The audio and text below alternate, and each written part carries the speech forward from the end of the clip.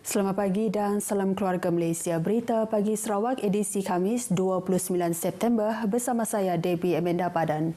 Seramai 700 orang ketua-ketua jabatan, pegawai residen dan daerah serta penjawat awam negeri telah menghadiri program Town Hall Premier Sarawak bersama penjawat awam negeri yang berlangsung di Kuching semalam. Berucap merasmikan program tersebut, Premier Sarawak, Dato' Petinggi Tan Sri Abang Johari Tun Openg memberitahu kerajaan negeri kini sedang melaksanakan pelbagai inisiatif ke arah pembangunan yang lebih pesat, terutamanya menerusi strategi pembangunan pasca COVID-19 PCDS Sarawak 2030. Antaranya adalah pelaksanaan transformasi ekonomi berasaskan teknologi digital, tenaga hijau yang bukan sahaja mampu meningkatkan pendapatan kewangan Sarawak, malah juga menyumbang kepada peruntukan lebih besar dalam pembangunan infrastruktur yang menyeluruh demi kesejahteraan rakyat di negeri ini. Seiring dengan hasrat tersebut, sektor perkhidmatan awam negeri Sarawak sebagai penggerak utama dasar-dasar kerajaan negeri juga perlu dipertingkatkan. Manakala hubungan komunikasi serta kerjasama antara semua pihak di setiap peringkat kerajaan negeri juga harus diperkukuhkan. Beliau berharap penganjuran program Town Hall tersebut akan menjadi pemangkin kepada perkongsian ilmu, pendapat dan juga maklum balas daripada semua pihak terlibat dalam memperkasakan sektor perkhidmatan awam negeri Sarawak. Semua agensi yang telah digerahkan bagi menghadapi monsun Timur Laut NTL perlu bersedia lebih awal. Ini merangkumi persediaan anggota penyelamat, petugas pengurusan bencana dan kebajikan termasuk aset serta kelengkapan peralatan. Timbalan Menteri Pembangunan Luar Bandar Dato' Hasbi Habibullah berkata persediaan awal perlu berikutan keadaan cuaca kini yang sukar diramal. Limbang khususnya, bahagian limbang kita sepatutnya dah kita mula untuk menggerakkanlah kita punya bilik gerakan, bilik operasi dan memastikan aset-aset untuk penyelamat dan sebagainya diperkemaskan, dipastikan ianya dalam keadaan yang baik, berfungsi semuanya. Sekiranya apa-apa berlaku permindahan dan begitu juga pusat-pusat perpindahan, saya yakin sudah disediakan sekarang ini, pada masa ini sudah dipersiapkan Jabatan Kebajikan dan juga agensi-agensi penyelamat, bomba, APM dan agensi jenis tentera dan sebagainya. Tambahnya, sebarang kekurangan aset dalam tugas penyelamatan perlu dimaklumkan lebih awal. Dalam pada itu, Dato' Hasbi yang juga Ahli Parlimen Limbang menasihati masyarakat khusus di kawasan berisiko banjir seperti Rumah Panjang di Long Napir dan Meruyu perlu berwaspada dengan keadaan semasa. Bahkan, beliau turut meminta peranan agensi lain termasuk Radio Televisyen Malaysia RTM menghibahkan maklumat berkaitan info semasa banjir. Beliau menyatakan demikian kepada media selepas meninjau persiapan mini karnival usahawan desa KUD yang berlangsung mulai esok hingga Ahad ini.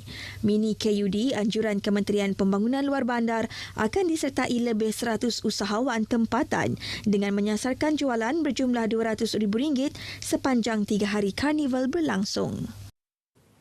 Kerjasama antara kementerian, jabatan dan agensi amat penting dalam memastikan keberkesanan pengurusan bencana pada tahap optimum.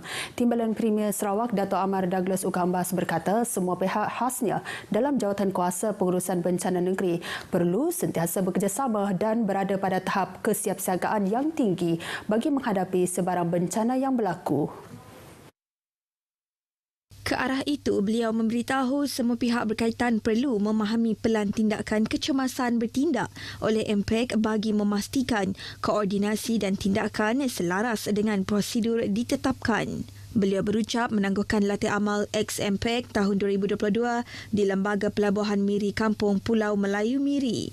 Teks ucapan beliau dibacakan oleh Pengarah Unit Keselamatan dan Penguatkuasaan Sarawak, Jabatan Premier Sarawak, Datuk Chai Kin Chung. Dalam perkembangan sama, latih amal ex-MPEC 2022 yang diadakan di Terminal Pertukaran Kru Lembaga Pelabuhan Miri selama 2 hari mencapai objektif. Latih amal tersebut bertujuan menguji pelan tindakan kecemasan setiap jabatan, agensi dan syarikat minyak dan gas di Miri.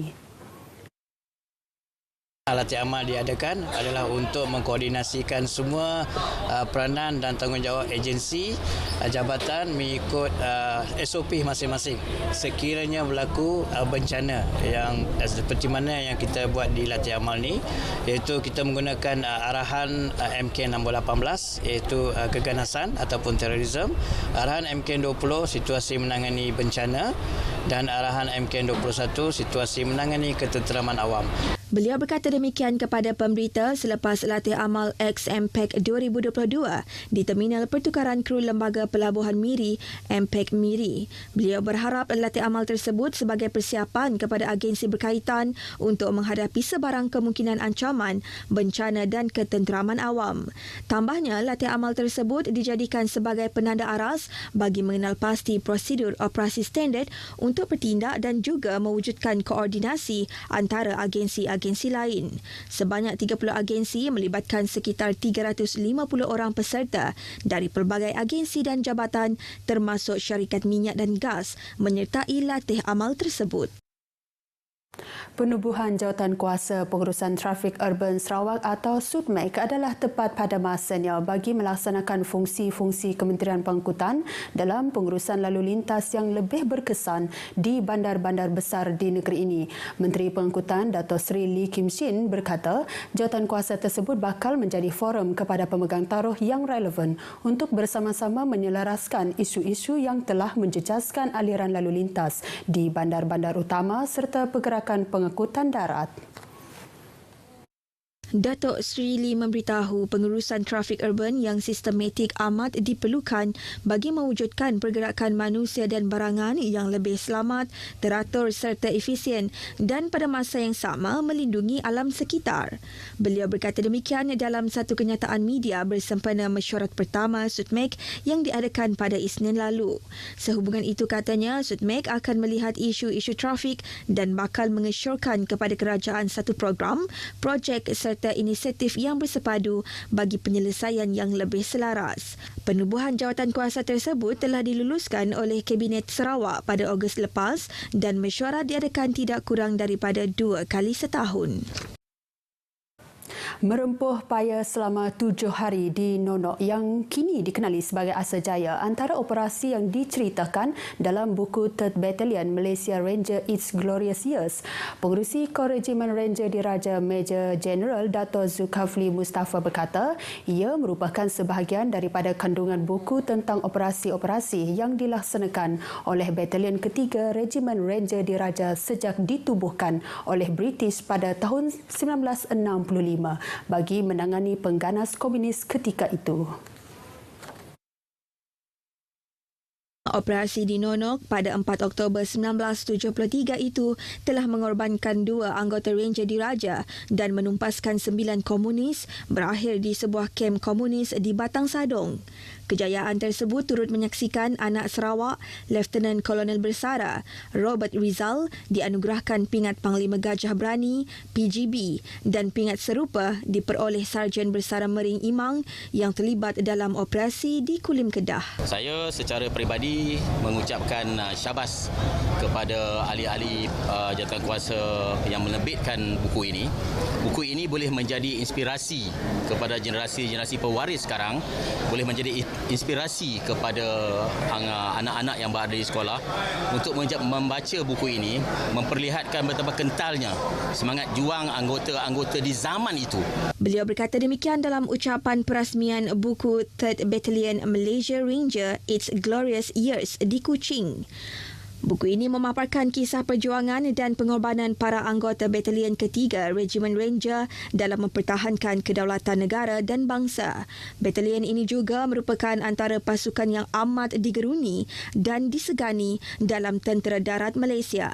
Sebagai catatan dalam lipatan sejarah Tentera Darat Malaysia, seramai 5 orang pegawai dan anggota pasukan ini telah dianugerahkan pingat PGB, iaitu pingat kedua tertinggi untuk anugerah keberanian dan kepahlawanan. Sekolah Menengah Kebangsaan SMK Kidurong Bintulu dinobatkan juara cabaran interaktif pengguna Kelab Pengguna Sekolah CIP KPS peringkat Negeri Sarawak 2022 yang melabuhkan tirainya di Kuching semalam. Pejabat Kementerian Perdagangan Dalam Negeri dan Hal Ehwal Pengguna KPDN HEP Sarawak dalam kenyataan medianya berkata pasukan sekolah tersebut menerima wang tunai RM1,000, piala, sijil penyertaan dan hadiah iringan. SMK Kidurong bakal mewakili Sarawak ke peringkat kebangsaan yang akan diadakan pada 17 hingga 18 Oktober depan di Terengganu. Sementara itu, Sekolah Menengah SM Sains Kuching muncul naib juara manakala tempat ketiga dimenangi oleh SMK Song Kapit.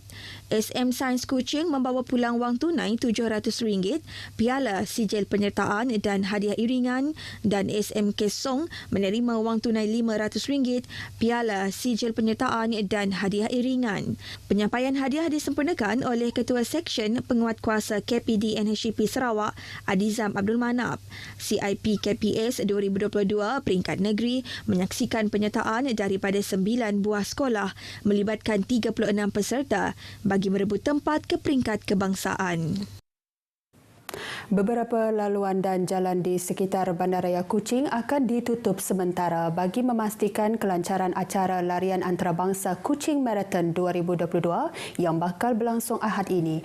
Menjelaskan perkara itu, Ketua Polis Daerah Kuching SCP Asmon Bajah dalam kenyataan media memaklumkan penutupan jalan itu akan melibatkan 2 peringkat. Penutupan peringkat pertama adalah pada Sabtu ini bermula pada pukul 11 malam membabitkan Jalan Tun Abang Haji Openg, Jalan Pearl, Jalan Barak dan Jalan Wawasan. Ia bagi memberi laluan kepada kerja-kerja pemasangan pintu gerbang permulaan dan penamatan larian. Manakala penutupan peringkat kedua bermula pukul 11.30 malam juga pada Sabtu hingga 10 pagi Ahad. Penutupan itu melibatkan 12 jalan sekitar antaranya persimpangan Jalan Main Lebuh Wayang, Jalan Gambir, Jalan Tun Abang Haji Openg, Jalan Main Bazar, Jalan Tunku Abdul Rahman dan lampu isyarat St. Mary menghala ke Lebuh Wayang.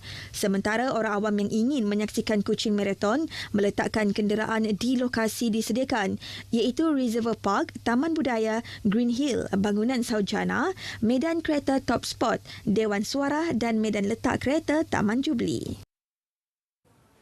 Baik, sekian berita pagi Sarawak edisi Khamis 29 September. Salam keluarga Malaysia dan jumpa lagi.